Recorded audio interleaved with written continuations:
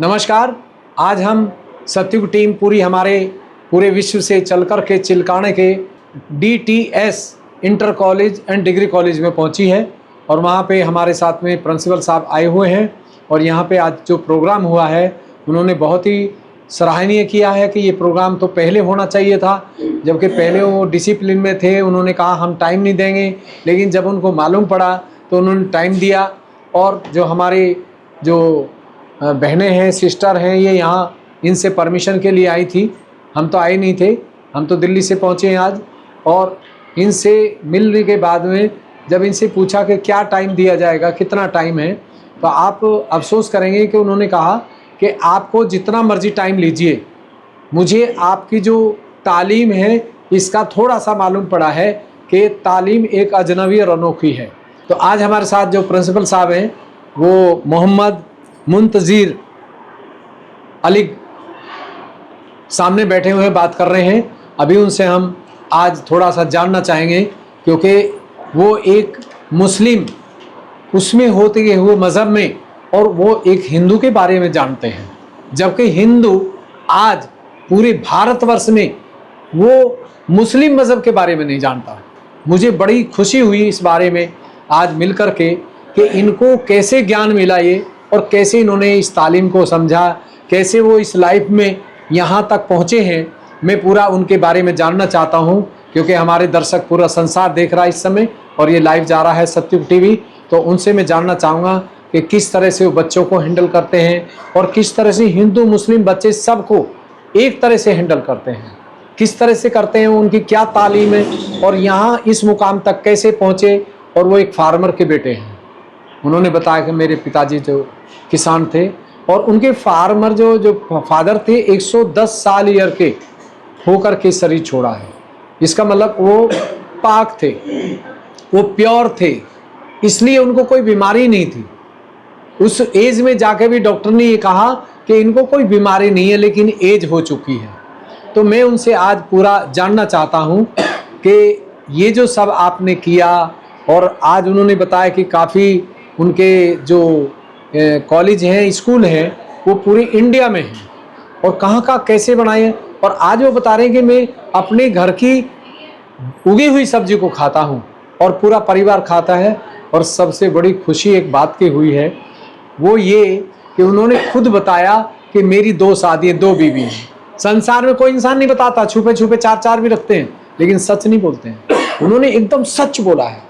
और यहाँ आकर के जो सहस्त्रार बोलते हैं सहयोगी, वो ऐसे चल रहा है कि तबीयत को, क्योंकि ओरिजिनल बंदा है वो, अंदर से पाक है, बाहर से नहीं, अंदर से। दिखावा नहीं है उनके पास। जिन लोगों के पास दिखावा होता है उनकी सेहत भी खराब होती है, और दिखावा होता है तो घर में कलेश भी होता है। लेकिन वो नेचुरल है, तो कैसे लाइफ को चला रहे हैं और कैसे वो अपने हाथ से उगी हुई सब्जी को प्रिंसिपल होते हुए, और उनकी पोशाक देख करके मैं हैरान था।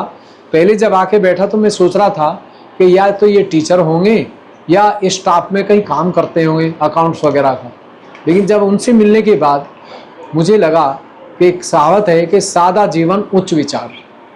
ये जो सादा जीवन उच्च विचार है, ये युगों से बात चल रही है, लेकिन आज मेरे सामने जो प्रैक्टिकल देखा मैंने, इनके अंदर वो काबिलियत होते हुए, तो इनको तो एक चमक धमक अलग ही होनी चाहिए।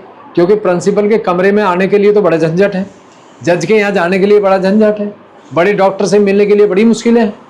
लेकिन आज मैं देख रहा हूँ कि वो इतनी सादगी में रहते हुए भी, और अपनी भैंस भी पाले मैं भी नहीं पाल सकता हूँ, मैं अपनी कमी बताऊँ, लेकिन उन्होंने इस उम्र में आकर के ये पाला है। लेकिन मैं उनसे जानना चाहूँगा, उनके ही मुख अरविंद से जानना चाहता हूँ, मुखविंद से, कि जो आज तक किया है, कैसे किया है, कैसे दुनिया की एक बीवी से ही तंगी रहती है, उसी में तलाक लग जाते हैं, तो कैसे वो फैमिली को हैंडल कर रहे हैं। 2 बीवी हैं और उनके 5 बच्चे हैं, और दोनों बीवी इनसे बच्चे हैं। ऐसी मजबूरी नहीं है कि एक बीवी को बच्चे नहीं हो तो इसलिए दूसरी आई है। तो और चेहरे से उनके ऐसा लगता है कि तो बड़े खुशहाल है, क्योंकि फेस बोलता है। क्योंकि जो आदमी पाक होगा उसका फेस बोलता है, बच्चे की शक्ल से पता लग जाता है बच्चा बीमार है या नहीं है। स्त्री पुरुष का सबका पता लगता है।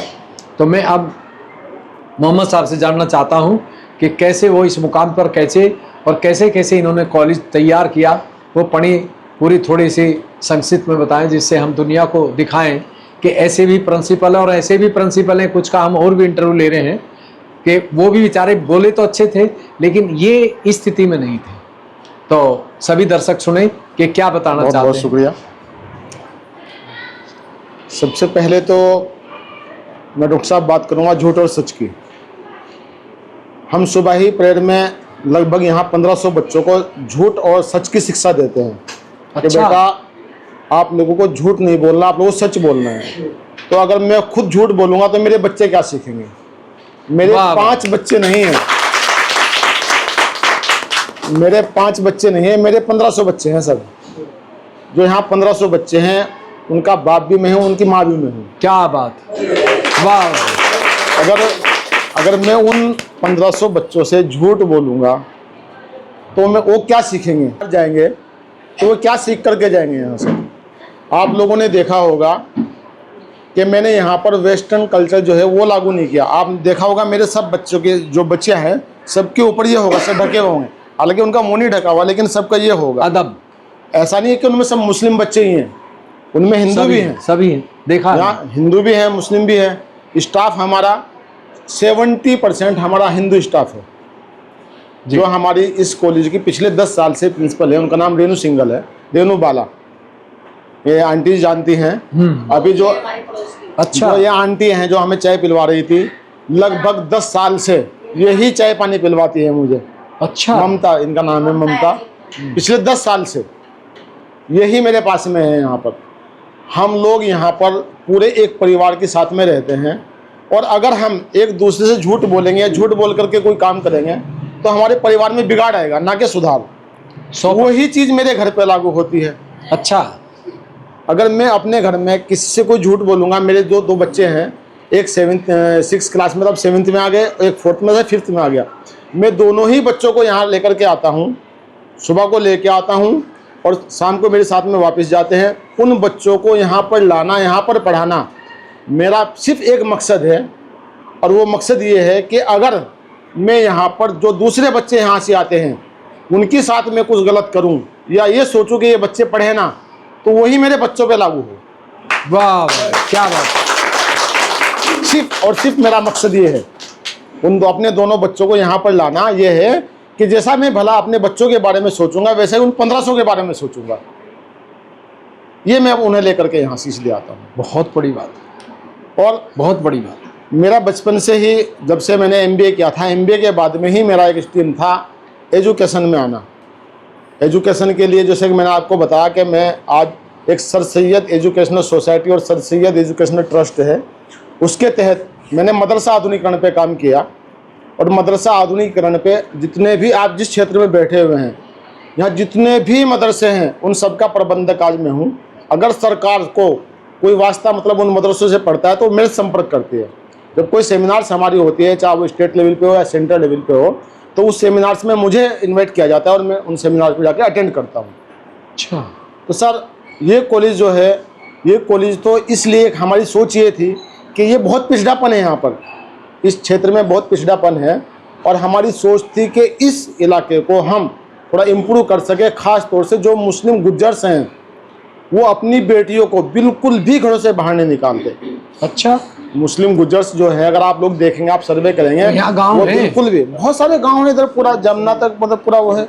अच्छा जी, 25 गाँव है गुरुजी जी। तो गुजर मुस्लिम के आज जो है हम लोगों ने एक ऐसा माहौल पैदा किया कि आज उनकी बच्चियाँ यहाँ पर आ रही हैं और यहाँ ही नहीं, दूसरे स्कूलों में भी अब उन्होंने जाना स्टार्ट कर दिया। अब वो नीट वगैरह की तैयारी कर रही हैं, वो नर्सिंग में जा रही हैं, वो इंजीनियरिंग की तैयारी कर रही हैं, वो BBA की तैयारी कर रही हैं, BCA कर रही हैं, MBA कर रही है, MCA कर रही हैं। अभी एक लड़के हमारे यहाँ से MBBS कर रहे हैं यहाँ के पढ़े हुए हमारे। तो हमारी एक सोच थी सब।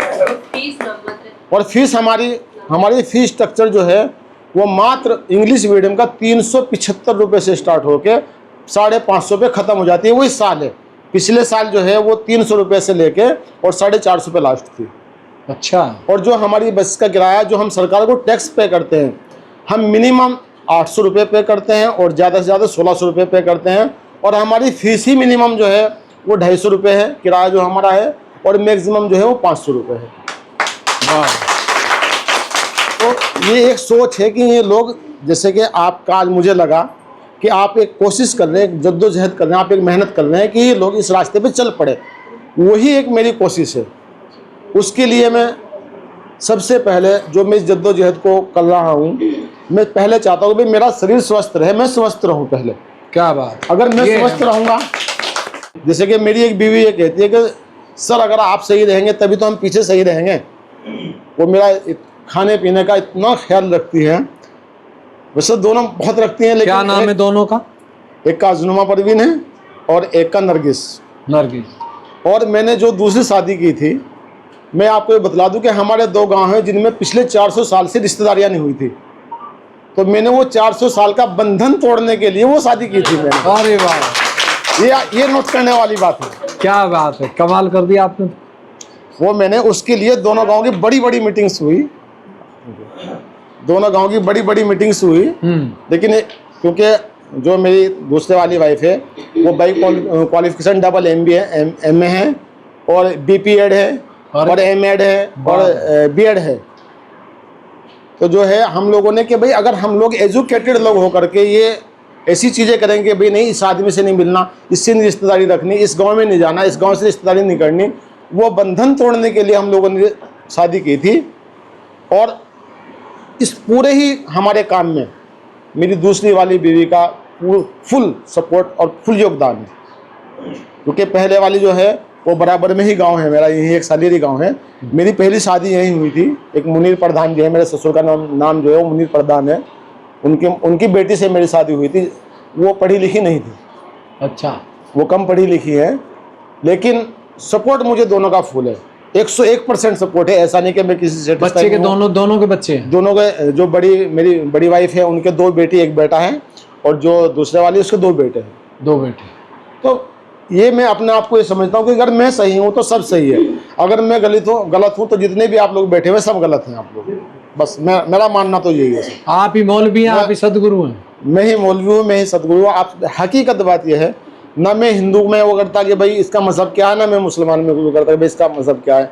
अगर हिंदू गलत है तो मेरे लिए गलत है, अगर मुसलमान गलत है तो मेरे लिए गलत है, चाहे वो लड़की हो चाहे लड़का हो। मेरे यहाँ मैं सब कुछ को देख रहा हूँ, मैं तो पूरा खुश रहता हूँ। मुझे आज तक किसी से कोई शिकायत नहीं मिली। तो इसलिए आज आप लोग यहाँ से आए, आपको मैंने सुना, जो मेरा मन था, जिस मन को लेकर के मैं जी रहा हूँ, जिस मन को लेकर के मैं चल रहा हूँ, जो मेरी अपनी सोच है, वो सोच मुझे आपसे मिली, जबकि नहीं मिलती हो। ये हकीकत बात है। अभी जो उन्होंने बात की है आप देख रहे हैं। अगर हमारे यहाँ पे सर, मैं 1 मिनट आपको बोल रहा हूँ कि हमारे यहाँ विदाउट कास्ट मैरिज होती हैं। हमारे यहाँ मुस्लिम लड़की हिंदू के घर में है, हिंदू की लड़की एक शेड्यूल कास्ट के घर में है, एक शेड्यूल कास्ट की लड़की एक ब्राह्मण के घर में है। और ये पिछले 88 से ये कार्य हो रहा है। श्री माता जी ने जातिवाद को तोड़ा। उन्होंने केवल इस वाइब्रेशन पे, रूह पे चेक किया कि ये लड़की इस लड़के के लिए ठीक है। इस पर चेक करते हैं हम। अगर ये ठंडा आ रहा है तो लड़की हमेशा ज़िंदगी में काम करेगी और शुद्ध रहेगी। लड़के में आ रहा तभी दोनों को मिलाया जाएगा। और कोई एक डावरी नहीं है 1 रुपये की भी। लड़की जैसा लड़की की एजुकेशन है सेम लड़की की है। कास्ट नहीं लिखी जाती है, फॉर्म भरा जाता है तो कास्ट नहीं लिखी जाती है। लड़की की शादी ब्लाउज एक हमारे इसकी तरफ से होता है, ट्रस्ट की तरफ से, और लड़के की टोपी धोती कुर्ता। और ये इसमें आज तक भी 200 शादी 250 हर साल होती है। अभी तो थोड़ा कम हो गया है, और पूरे विश्व में होती है। और कोई कास्टरिज्म नहीं है, और कास्टरिज्म के हम खिलाफ हैं। सर, एक कास्टिज्म होती क्या है, मैं इस पे 1 मिनट बात कर दूँ। कास्ट जो बिरादरी, जो कास्ट होती है, अब हम लोग इतने लोग बैठे हुए हैं यहाँ पर, सिर्फ यही तो बतला सकते हैं कि भाई मैं जेंट्स हूँ, ये लेडी है। बाकी कौन बतला सकता है कि भाई ये हिंदू है, ये मुसलमान है, ये सिख है, ये बौद्ध है, ये पारसी है, ये जैन है, ये ईसाई है। अगर पगड़ी लगी हुई तभी तो हम बता सकते हैं कि ये सिख है। मेरा मानना तो ये है कि कास्ट जो होती है वो पेड़ पौधों की होती है। हम बता सकते हैं कि ये नीम का है, ये बरगद का है, ये आम का है, ये पॉपुलर का है, ये इसका है। अगर कास्ट होती है तो वो जानवरों की होती है। हम बता सकते हैं कि ये भेड़ है, ये बकरी है, ये भैंस है, ये कुत्ता है, ये बिल्ली है, चूहा है। हम इंसानों को कैसे बता सकते हैं बताइए? तो इंसानों की बिरादरी कहाँ से आ गई? सर ये तो हम लोगों ने बनाई है निश्चय, गुरुजी तो हम लोगों ने बनाई, वहाँ तो एक जाने का रास्ता तो हमें खत्म करनी पड़ेगी सर ये। तो इसमें तो आपको डिबेट बुलानी चाहिए सभी ग्रंथों को, नहीं, सबको। मेरे तो जो हमारे यहाँ जो जलसे होते हैं उनमें जो मैं जाता हूँ, उनमें जो जलसे होते हैं, पहले जो मैं बेटियों की पढ़ाई के ऊपर में बात करता हूँ, मैं बेटियों की पढ़ाई के ऊपर बात करता हूँ कि हमारे यहाँ कहते हैं कि भाई बेटियों को अंदर रखो। मैं कहता हूँ बिल्कुल अंदर रखो, लेकिन एजुकेशन तो फिर भी इनकी ज़रूरी है। डॉक्टर्स कहाँ से मिलेंगे? तब तक आप इन्हें इंजीनियर नहीं बनाएंगे, तब तक इंजीनियर कहाँ से मिलेंगे? अगर हमारे यहाँ से, या आप ही, हमारी बहन बेटी है, माताएँ बैठी हुई है, अगर सर ये बीमार हो गई तो जब ये ऑपरेशन थिएटर में जाती हैं तब कहाँ रह गई हमारी? ये बताइए आप मुझे। बिल्कुल। अगर हम ये कहें कि भाई, क्या तो हम ये मान लें कि 100% भाई हमारी जो ऑपरेशन थिएटर में जो एनेस्थीसिया दे रहे हैं तो वो डॉक्टर हैं, लेडी डॉक्टर हैं। अगर हमारा अल्ट्रासाउंड हो रहा है तो वो लेडी हैं, ऑपरेशन कर रही हैं तो वो लेडी हैं। ऐसा कोई है नहीं, मुझे दिखाओ। यही बात तो हम करते हैं। एक सेंट हमारे उसमें रुड़की में एक सेंट थॉमस करके एक हॉस्पिटल है, उसमें वो मैंने देखा, लेकिन एनेस्थीसिया वाले वहाँ भी जेंट्स थे। मेरे दोनों बेटे बच्चे स्टार्टिंग में रुड़की में ही उनकी डिलीवरी है मैम की, तो वहाँ भी मैंने देखा कि एनेस्थीसिया वाले मुझे वहाँ भी जेंट्स मिले। हालांकि ऑपरेशन तो जाहिर सी बात है ज़्यादातर लेडीज़ करती हैं, अल्ट्रासाउंड वगैरह में भी। लेकिन अब जब तक आप अपने बच्चों को डॉक्टर नहीं बनाएंगे तब तक कैसे उम्मीद रखेंगे कि हमें लेडी डॉक्टर मिले? बिल्कुल ठीक है। तो आप सभी दर्शक सत्ययुग टीवी देख रहे हैं, और आज हमारे प्रिंसिपल साहब से जो बात हुई है, एक अजनबी और अनोखी की बात स्टोरी चल रही थी, और थोड़ी मजबूरी ये आई कि हमको दूसरे भी प्रोग्राम फिक्स है उस पर पहुँचना है। तो मैं आप प्रिंसिपल साहब से जानना चाहता हूँ, जो अपने मोहम्मद मुज़िर अली हैं, कि वो संसार के लिए क्या संदेश देना चाहते हैं, और हम दोबारा फिर उनसे बात करेंगे आकर के। तो कृपा करके आप बताएं मेहरबानी करके कि संसार का क्या संदेश देना चाहते हैं, कैसे ये संसार में चेंज आए, पार्लियामेंट में चेंज आए और इंसान की इंसानियत में चेंज आए। शुक्रिया डॉक्टर साहब। संसार को, मैं अपने घर को भी, अपने घर से बाहर कॉलेज को भी, और कॉलेज से बाहर स्टेट, देश और संसार के सबसे पहले सच्चाई। अगर आप सच पे चलेंगे तो सब कुछ सही है। क्या? अगर आप अपने घर से ही झूठ पे चलेंगे तो आप आगे तक, आप पार्लियामेंट में भी बैठ के झूठ ही बोलेंगे सर। आप कहीं भी चले जाइए। आपको अगर अपने जीवन में सुख देखना है तो आपको सच पे चलना पड़ेगा। और यही मेरी सब लोगों से रिक्वेस्ट है कि आप, अगर आप अपने आप को सुख रखना चाहते हैं, सुखी रखना चाहते हैं, तो आप सच्चाई के रास्ते पे चलिए, सच्चाई के मार्ग पर चलिए। इसी के साथ मैं अपना बात खत्म करता हूँ। धन्यवाद। तो आप सभी दर्शक देख रहे हैं कि आज जो बात हुई है, ये संसार को बदलने की बात हुई है। और सांच बराबर तप नहीं और झूठ बराबर पाप, जाके हृदय साच है तो ताके हृदय। खुदा उसके अंदर हर समय चलता है और उसकी सिक्योरिटी रखता है। जो सच्चा आदमी है, चाहे वो स्त्री है, पुरुष है, बच्चा है, उसके साथ में प्रधानमंत्री के पास जेड सिक्योरिटी होती है, उससे भी बड़ी सिक्योरिटी जो होती है वो खुदा की होती है। तो आज से सभी प्रण लें कि आज से हम सच बोलेंगे और सच पे चलेंगे।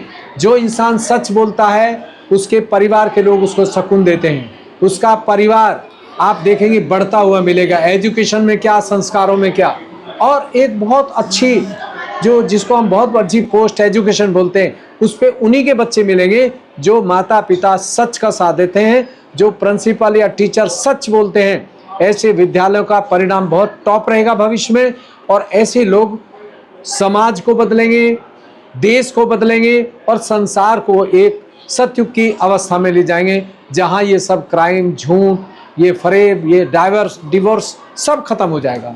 तो आज इन्हीं शब्दों के साथ हम यहाँ पे विराम दे रहे हैं, और देखते रहिए सत्ययुग टीवी और संसार को बदलते रहिए टीवी देख करके। धन्यवाद, नमस्कार।